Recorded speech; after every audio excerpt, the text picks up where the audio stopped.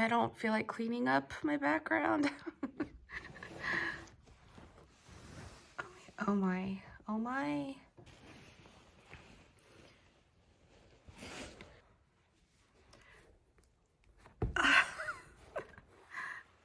Oh, oh no, focus. This is everything I read in March.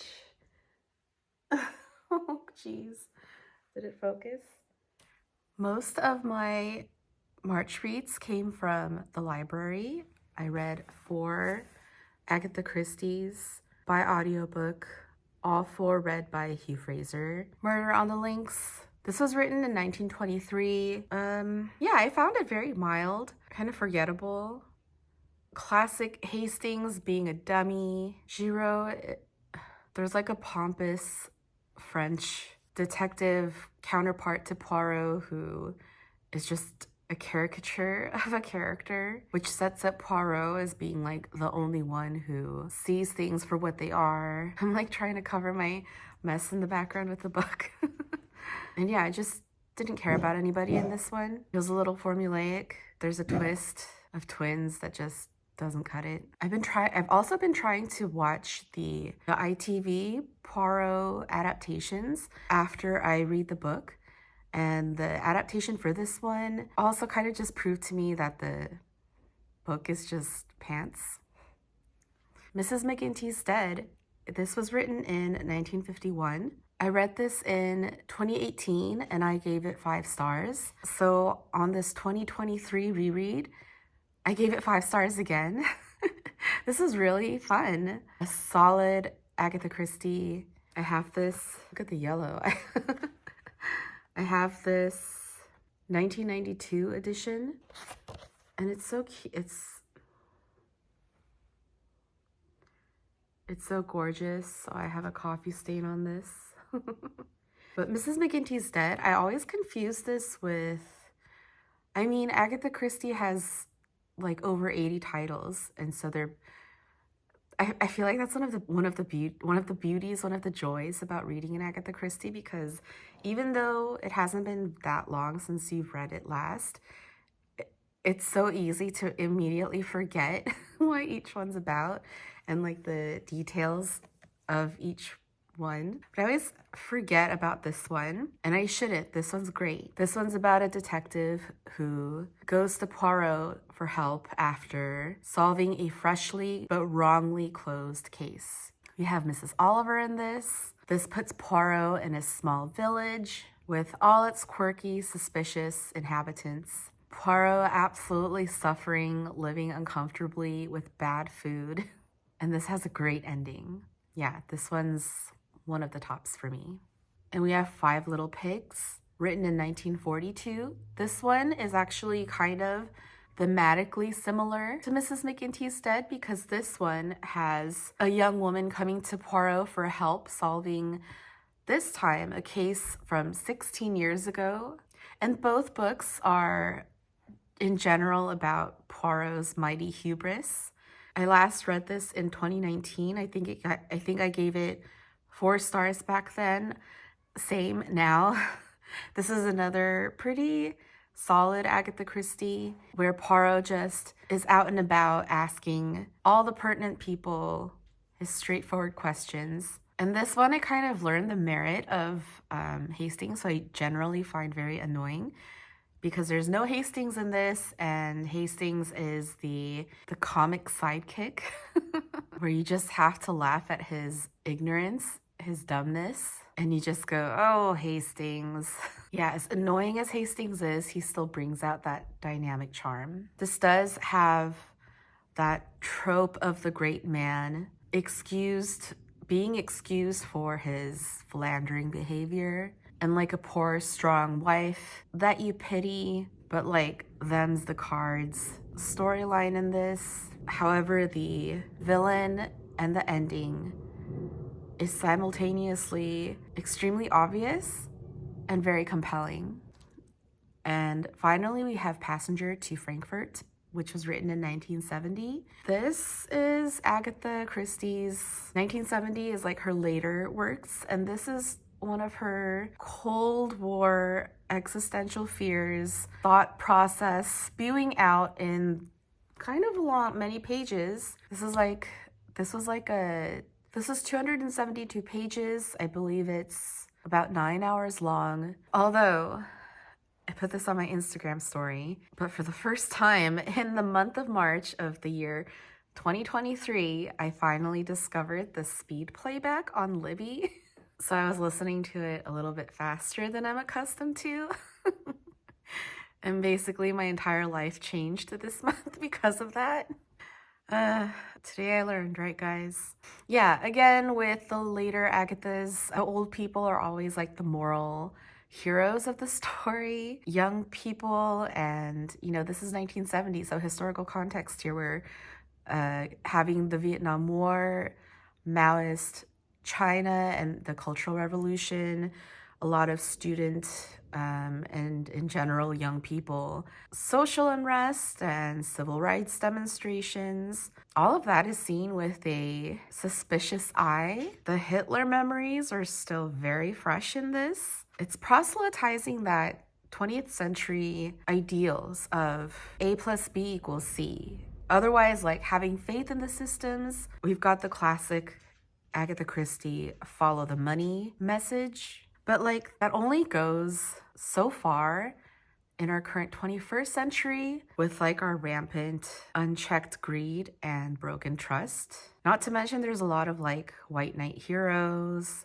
the inherent distrust of the collective, because that automatically means communism. And I'm just and this book just made me realize or remember how those are such like pre-21st century ideals. And it's where like older people right now have such a distrust over something like BLM, for example, where it's like a large group of people that automatically means like a riotous mob. They have that perception and kind of like puffing the peaceful aspect. I don't think this book is that smart at all. This is very much a, cool story grandma type of book, but I do think that it's an interesting artifact of that era, showing where we came from, contrasted to where we are now, and where do we go from here. Oh, and trigger warning, there is a huge fat phobia in this.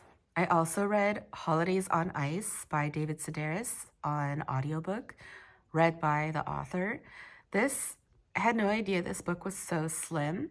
I think it was only like 4 hours, but I think this is one of his best performances, one of his best collection of essays. There's glorious retail drama, huge Karen lampooning. Oh, this is biting. It's sardonic. I recall when I was first getting into David Sedaris and looking up his books on Amazon, reading like an indignant review, obviously written by some woman who said like, this is not Christmas, and that she'd bought several copies of this book to give out as Christmas gifts to her friends and family.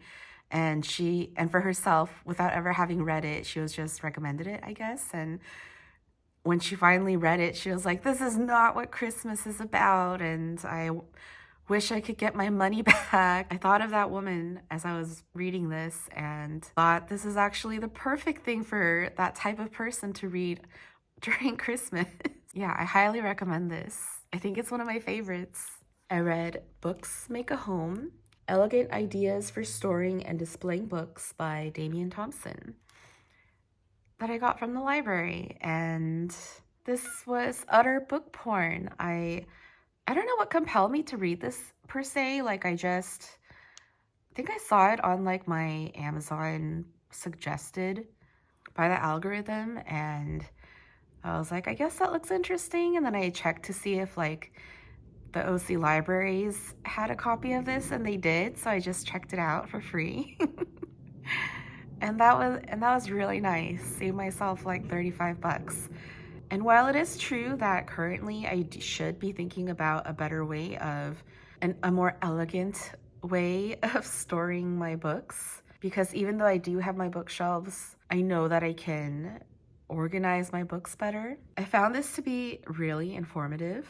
It has a lot of architectural terms, like a dental cornice, an anglepoise lamp, sash window, chimney breast, fenestration, architrave.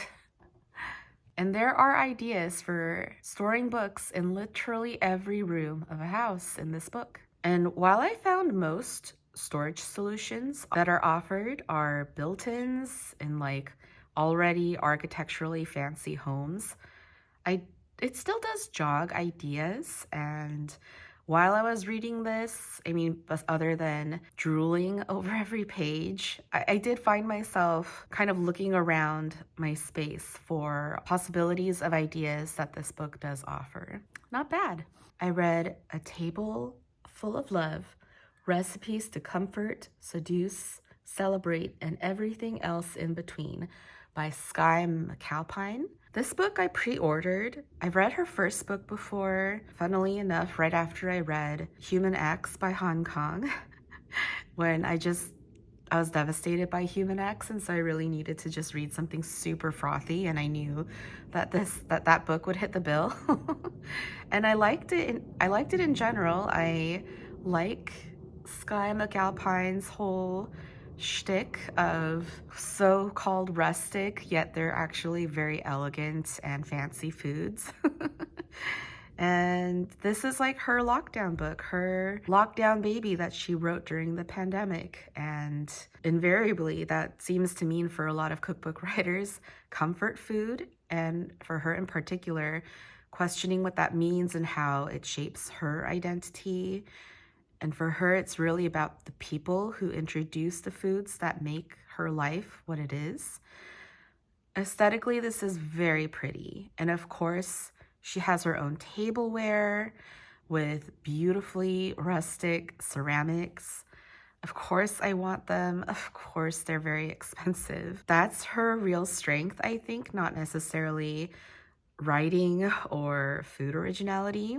And the general message of this book is cooking with love for your loved ones is a worthwhile use of your time. Caring for people and letting them know with a home-cooked something, anything. And this collection of recipes is what this lady likes to cook for these occasions. I'm sure it's all genuine, but I also realized that Ina Garten, for me personally, really has the monopoly on that sentiment. And she is also a woman who will eat a bowl of cooked kale and cherry tomatoes and an egg and call that a satisfying solo dinner. And I very much am not that lady. So I was kind of like, why do I own this? I mean, I don't regret buying this at all. I do enjoy owning cookbooks, and maybe at another point in my life, I'll connect more with this book. But currently, at this point in time, I just viewed it as how rich, fancy white people who think of themselves rustic but are really extra live. Marc Jacobs illustrated. There's an intro written by Sofia Coppola, illustrations by Grace Coddington, the famous Vogue art director, and notes written by Marc Jacobs. This is just absolutely beautiful, charming, delightful. I particularly enjoyed the intro written by Sofia Coppola, and there's something about her. Like, I also read her intro for Edith Wharton's Custom of the Country, where just in all of her creative endeavors, her persona, her personality just shines through. And I love seeing their strong friendship. Her friendship with Marc Jacobs over the decades. It recalled all of the 2000s Vogues that I poured through during the time. I love seeing pictures of them together at events and what she wore that he designed for her. And this book is absolutely beautiful. Mischievous fun. Marc Jacobs says, make the banal beautiful while being sexy, surreal, silly. Clothes that inspire you to be the woman you want to be. I love the historical context in the backdrop of each collection, the whimsical colored pencil and ballpoint pen drawings that instantly recall to me the looks and the moments in the shows. Marc Jacobs's thoughts in signature fuchsia in this fun alternative layout. I enjoyed reading this one leisurely Saturday afternoon while having Sex in the City on in the background. I read True Biz by Sara Novic, both with a physical copy and by audiobook, read by Lisa Flanagan and Cleo Griffith, doing like the nonfic, like the factual parts of the book. This is a 5-star read for me. And part of that is very much because I am a complete ignorant fool of the whole deaf community. Just the fact that an entire group of people being regularly deprived of language during their formative years was really shaking. Yeah, this was extremely immersive.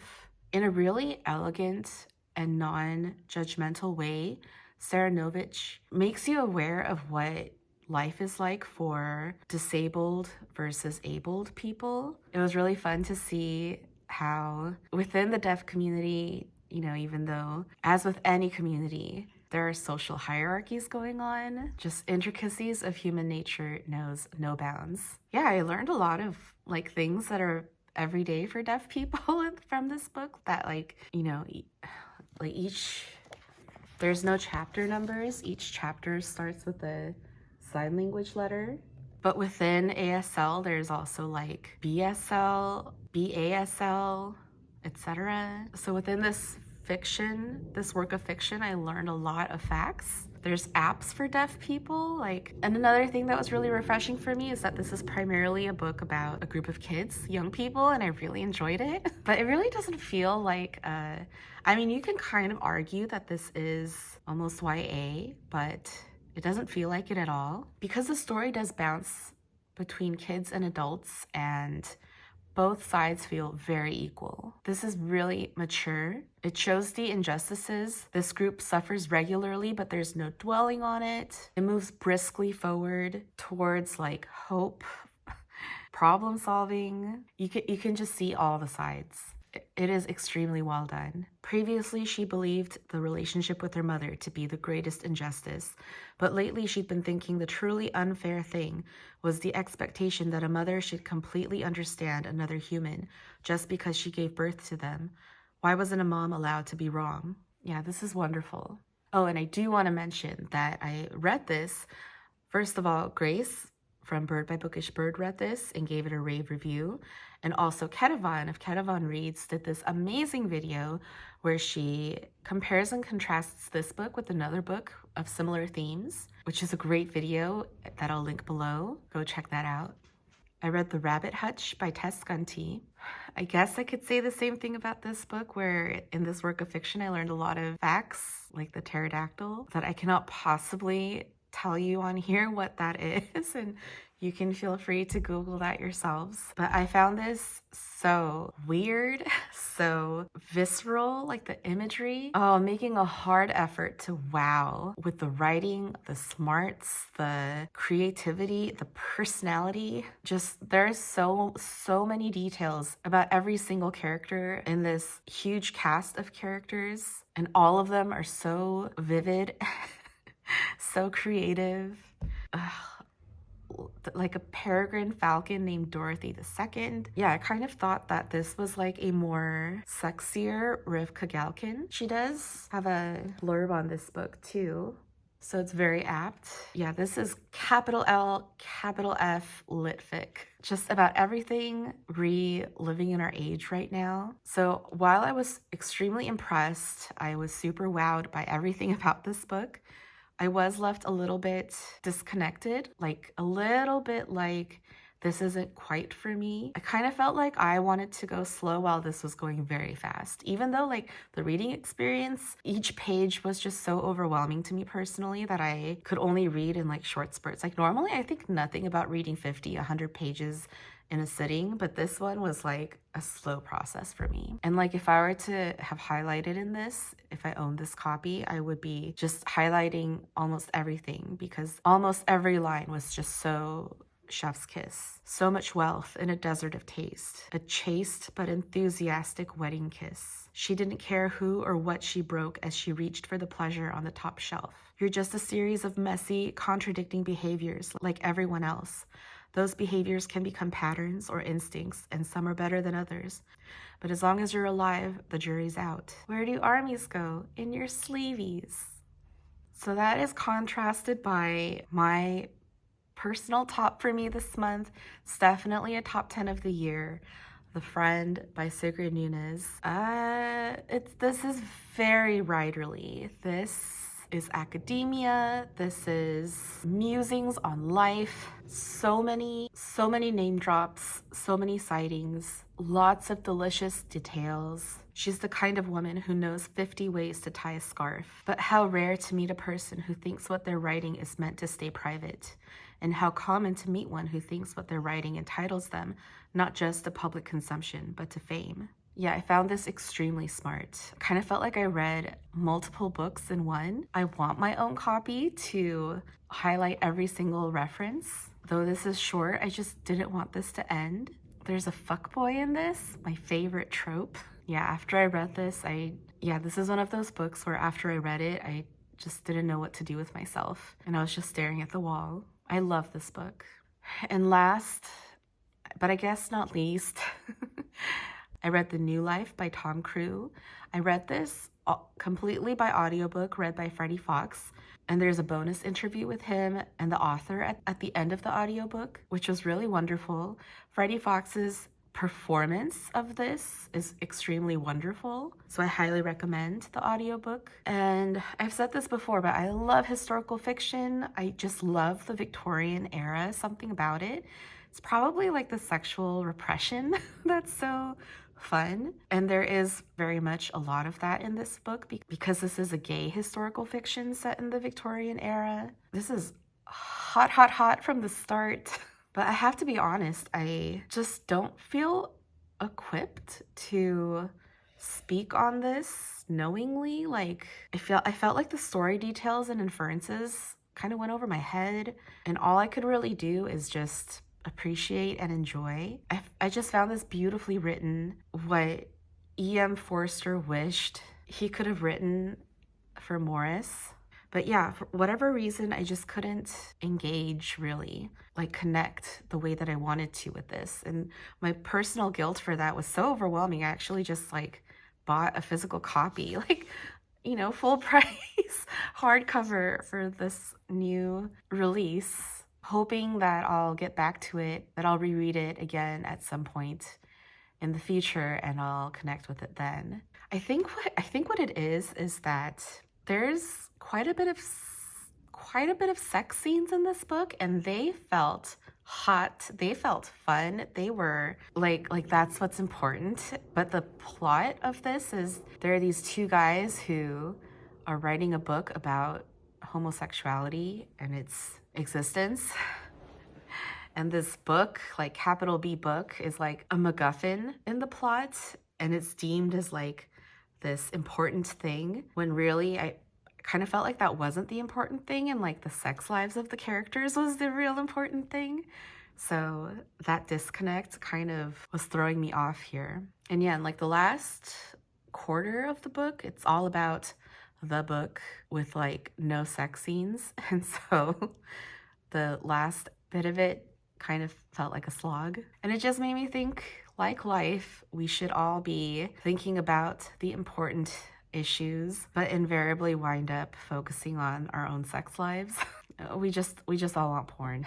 And the other thing that I thought while reading this was, I recall reading from other books that it's so important to have a name for something. I want to say this is actually the Sorrow and Bliss by Meg Mason, how it's important to have a name for something, and even with Troubadours actually, but it's important to have a name for something so that you're able to articulate about it and therefore have a better understanding and communicate. But this book reminds me that that's not adequate even. Like, we must also have compassion with the word. The most common term that was used to refer them was inverts, or like abnormal love, or like the famous friend. So it's important to also have that sympathy structured within our communication for our terminology. Have you read this? If you have, please comment below and tell me what you thought about it. Yeah, I hope to revisit this again very soon. And I am very curious what I will think about this in that time. So what was that, like 12 books? And March was 31 days. For whatever reason, I felt like I had a not that big of a reading life this month. It might be because the over half of them was done via audiobooks. I don't know. I also was sick with what I thought was pneumonia, but it turned out to just be like a good old case of laryngitis for the end of March. And that's why I sound like this in this video, if you noticed. And yeah, that was my March reading month. Not bad at all. Got ourselves another top 10 book of the year in here. I hope your reading month was great too. Thanks for being here. Sorry for my mess. Don't look. And I'll see you again very soon. Bye.